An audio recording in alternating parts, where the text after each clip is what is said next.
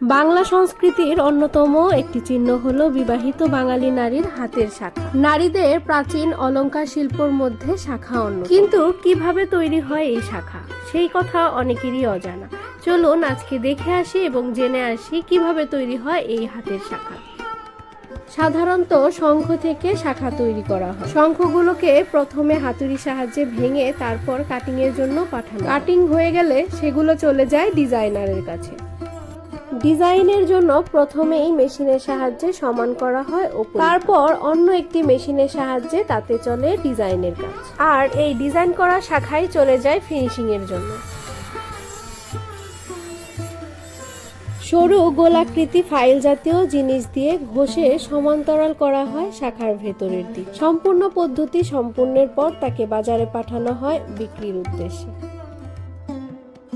কথিত আছে, স্বামীর মঙ্গল কামনার জন্য হিন্দু বাঙালি নারীরা শাখা পরিধান করেন। এছাড়াও শাখায় রয়েছে ক্যালসিয়াম, যা নারীর শরীরের জন্য খুবই উপকারী একটি উপাদান। বাজার থেকে শুরু করে বিভিন্ন ধর্মীয় মেলা সব জায়গায় পাওয়া যায় এই শাখার মধ্যেও রয়েছে বিভিন্ন ডিজাইনের ভিন্নতা। হরেক রকমের ডিজাইনে তৈরি করা হয় এই শাখা। এই সুন্দর শোভা বর্ধনকারী শাখা নারীর হাতের সৌন্দর্যকে যেন আরো ফুটিয়ে। প্রাচীন এই শিল্পটি টিকে থাকুক যুগ যুগ ধরে। ভিডিওটি ভালো লাগলে একটি শেয়ারের মাধ্যমে সবাইকে দেখার সুযোগ করে দেওয়ার অনুরোধ।